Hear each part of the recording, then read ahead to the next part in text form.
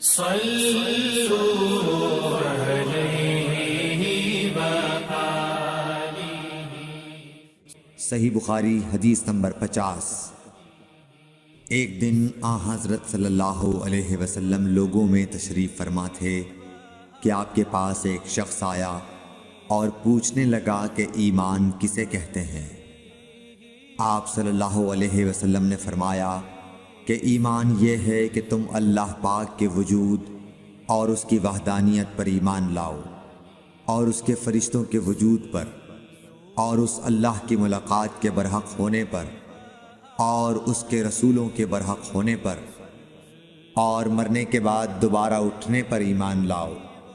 پھر اس نے پوچھا کہ اسلام کیا ہے؟ آپ صلی اللہ علیہ وسلم نے پھر جواب دیا کہ اسلام یہ ہے کہ تم خالص اللہ کی عبادت کرو اور اس کے ساتھ کسی کو شریک نہ بناؤ، اور نماز قائم کرو، اور زکوٰۃ فرض ادا کرو، اور رمضان کے روزے رکھو۔ پھر اس نے احسان کے متعلق پوچھا۔ آپ صلی اللہ علیہ وسلم نے فرمایا، احسان یہ ہے کہ تم اللہ کی عبادت اس طرح کرو گویا تم اسے دیکھ رہے ہو۔ اگر یہ درجہ نہ حاصل ہو تو پھر یہ تو سمجھو کہ وہ تم کو دیکھ رہا ہے۔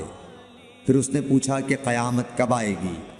آپ صلی اللہ علیہ وسلم نے فرمایا کہ اس کے بارے میں جواب دینے والا پوچھنے والے سے کچھ زیادہ نہیں جانتا، البتہ میں تمہیں اس کی نشانیاں بتلا سکتا ہوں۔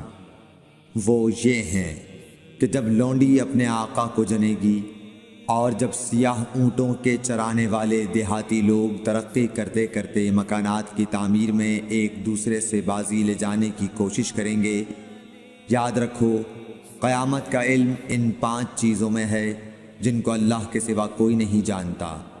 پھر آپ صلی اللہ علیہ وسلم نے یہ آیت پڑھی کہ اللہ ہی کو قیامت کا علم ہے کہ وہ کب ہوگی۔